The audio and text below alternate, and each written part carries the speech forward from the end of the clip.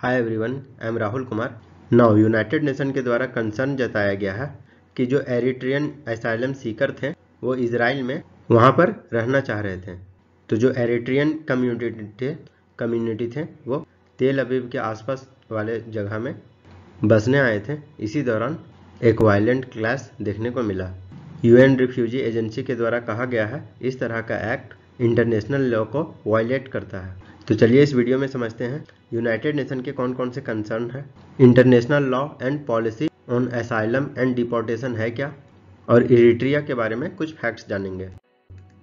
तो चलिए वीडियो को शुरू करते हैं। लेकिन शुरू करने से पहले क्वेश्चन जो कि यूपीएससी के प्रीलिम्स 2011 में पूछा गया है, जो universal declaration of human right है उनके अंडर कौन कौन से राइट आते हैं। Right to education, right to equal access of public service, right to food. तो इन ऑप्शन में बताना है कौन सा ऑप्शन करेक्ट है। इसका सही आंसर आप कमेंट सेक्शन में दें। सही आंसर को मैं हेड दे दूंगा और वीडियो के अंत में भी इसका सही आंसर पा सकते हैं। तो चलिए शुरू करते हैं। तो एरिट्रिया का बात करें तो इसका कैपिटल है अस्मारा। इनके नेबरिंग कंट्रीज का बात करें तो नॉर्थ में सूडान देखने को मिल जाएगा जो कि वेस्ट तक फैला हुआ है, और साउथ में यूथोपिया। वहीं मेरीटाइम बाउंड्री का बात करें तो यहाँ पे आप देख सकते हैं रेड सी, और उसके बाद यमन और सऊदी अरबिया। चलिए अब हम लोग समझते हैं यूनाइटेड नेशन के द्वारा कौन से कंसर्न जताए जा रहे हैं। तो यूनाइटेड नेशन रिफ्यूजी एजेंसी के द्वारा डीपली कंसर्न जताया गया है। तो ये क्लैशेस तब देखने को मिला जब इजराइल में इरिट्रियन गवर्नमेंट के द्वारा इरिट्रियन गवर्नमेंट के अगेंस्ट लोगों के द्वारा जो डेमोन्स्ट्रेशन दिखाया जा रहा था, तो उसी दौरान ये जो क्लैशेस है वो वायलेंट का रूप ले लिया। और United nation for high commission for refugee के द्वारा बोला गया है, हर एक पार्टी से अर्ज किया गया है कि ऐसा कोई भी एक्शन ना लेने दे जिससे सिचुएशन और फर्दर एस्केलेट हो, क्योंकि सिचुएशन जितना ज़्यादा एस्केलेट होगा उतने ज़्यादा लोगों की जानें जाते रहेगी। चलिए अब हम लोग थोड़ा सा समझते हैं यूएन रिफ्यूजी एजेंसी के बारे में। तो United nation high commissioner for refugee का ऑफिस 1950 में क्रिएट किया गया था, सेकेंड वर्ल्ड वार के दौरान, ताकि मिलियन ऑफ यूरोपियन को हेल्प मिल सके जो अपना घर छोड़ के वापस गए। 1954 में United nation high commission for refugee को नोबेल पीस प्राइज भी दिया गया था, क्योंकि उस समय जो यूरोप में रिफ्यूजीज का क्राइसिस देखने को मिल रहा था उस काम के लिए।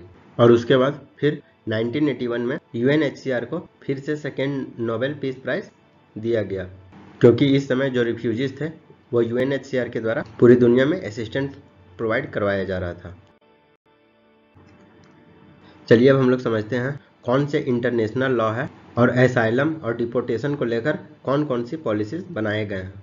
तो इसमें जो इरिट्रियन गवर्नमेंट के द्वारा जो डिपोर्टेशन देखने को मिला वो इंटरनेशनल लॉ को ब्रीच करता है। प्रिंसिपल ऑफ नॉन रिफ्यूलमेंट का बात करें तो ये एक 1951 में refugee convention and it's 1967 protocol के तहत इंटरनेशनल लॉज के लिए एक वेल एस्टेब्लिश कंसेप्ट को तैयार किया गया, खास करके रिफ्यूजी लॉ को लेकर।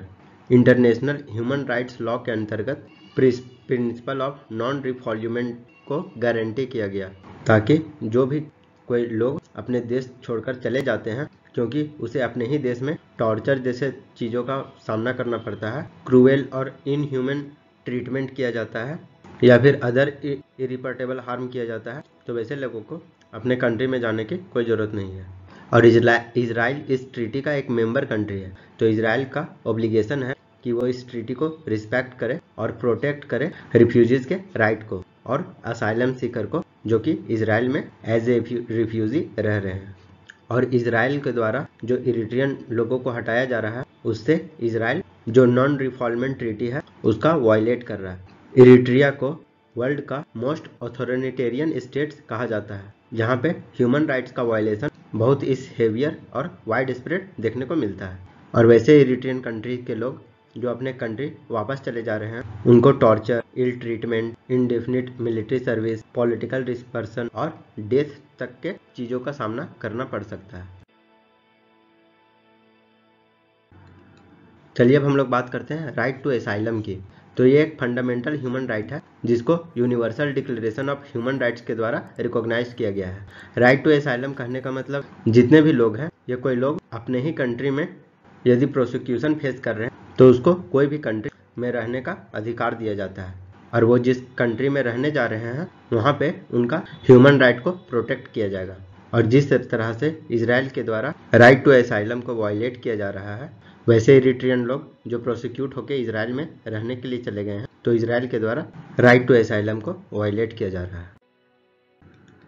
यहाँ पर नोट करने वाली बात यह है कि जो हमारे देश है इंडिया, वो 1951 रिफ्यूजी कन्वेंशन और इसका जो प्रोटोकॉल है 1967 प्रोटोकॉल, उसका सिग्नेटरी मेंबर नहीं है। तो यदि हम लोग का कंट्री चाहे किसी रिफ्यूजीज को एक्सेप्ट करना है या नहीं करना है, तो ये हमारे कंट्री के ऊपर डिपेंड होता है। इससे अगर उसको हम लोग ना रखना चाहें तो किसी भी तरह का इंटरनेशनल लॉ का वायलेट नहीं होता है, क्योंकि हम लोग सिग्नेटरी मेंबर नहीं है। बट फर्दर जो हमारे कॉन्स्टिट्यूशन के आर्टिकल 21 है, राइट टू लाइफ, तो वो असाइलम सीकर को दिया जा सकता है, क्योंकि ये फॉरेनर के लिए भी अवेलेबल है। और इंडिया के द्वारा किसी भी तरह का नेशनल असाइलम लेजिस्लेशन नहीं बनाया गया है। हाउएवर, एक रिफ्यूजी एंड असाइलम बिल 2019 में लाया गया था, जिसको कि राज्यसभा में इंट्रोड्यूस किया गया था, लेकिन ये बिल अभी भी पार्लियामेंट में अटका पड़ा है, ये अभी पास पार्लियामेंट से नहीं हुआ है। चलिए जानते हैं थोड़ा सा इंटरनेशनल लॉज के बारे में। तो ये पहली बार 1780 में जेमी बेंथम के द्वारा कॉइन किया गया है, जो कि कंट्रीज के रिलेशन के बीच को गवर्न करने का काम करता है। इनका मेन एम है दोनों कंट्री के सिटीजन्स को बेनिफिट पहुंचे और एक फ्रेंडली रिलेशन है उसको प्रमोट करना। और यदि किसी भी तरह का इंटरनेशनल प्रॉब्लम्स आ जाए तो उसको कोऑपरेशन के थ्रू और पीसफुल मीन्स के थ्रू रिजॉल्व करना। इस इंटरनेशनल लॉ के एम का बात करें तो ये फंडामेंटल ह्यूमैनिटेरियन राइट्स को प्रोटेक्ट करता है, ताकि सिटीजन्स और फ्रेंडली रिलेशन बढ़ सके दोनों देशों के बीच, और पीसफुल मीन्स और कोऑपरेशन के थ्रू जो इंटरनेशनल प्रॉब्लम्स है वो रिजॉल्व हो सके।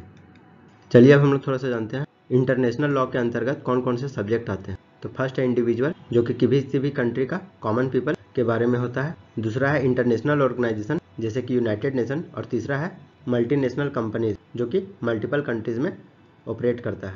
चलिए अब इरिट्रिया के बारे में कुछ की फैक्ट्स के बारे में जानते हैं। तो जैसे कि हम लोग मैप में देख चुके हैं, इरिट्रिया है वो अफ्रीका के हॉर्न ऑफ अफ्रीका में लाई करता है, जो कि रेड सी कोस्ट के पास लोकेटेड है। इसका कैपिटल का बात करें तो एस्मेरा है, और ये यूथोपिया, सूडान और जिबूती से अपने बॉर्डर को शेयर करता है। और वहीं मैरीटाइम बॉर्डर का बात करें तो सऊदी अरबिया और यमन के साथ अपना बॉर्डर शेयर करता है। इसके हिस्ट्री का बात करें तो ये पहले इटली का कॉलोनी रह चुका है, और ये जब हमारा देश आज़ाद हुआ था 1947 में, तो उसी समय ये यूथोपिया का फेडरेशन बन चुका था। लेकिन 1952 में इरिट्रिया को यूथोपिया के द्वारा एनेक्स कर लिया जाता है, और फिर 1993 में इरिट्रिया को as a independent state accept कर लिया जाता है।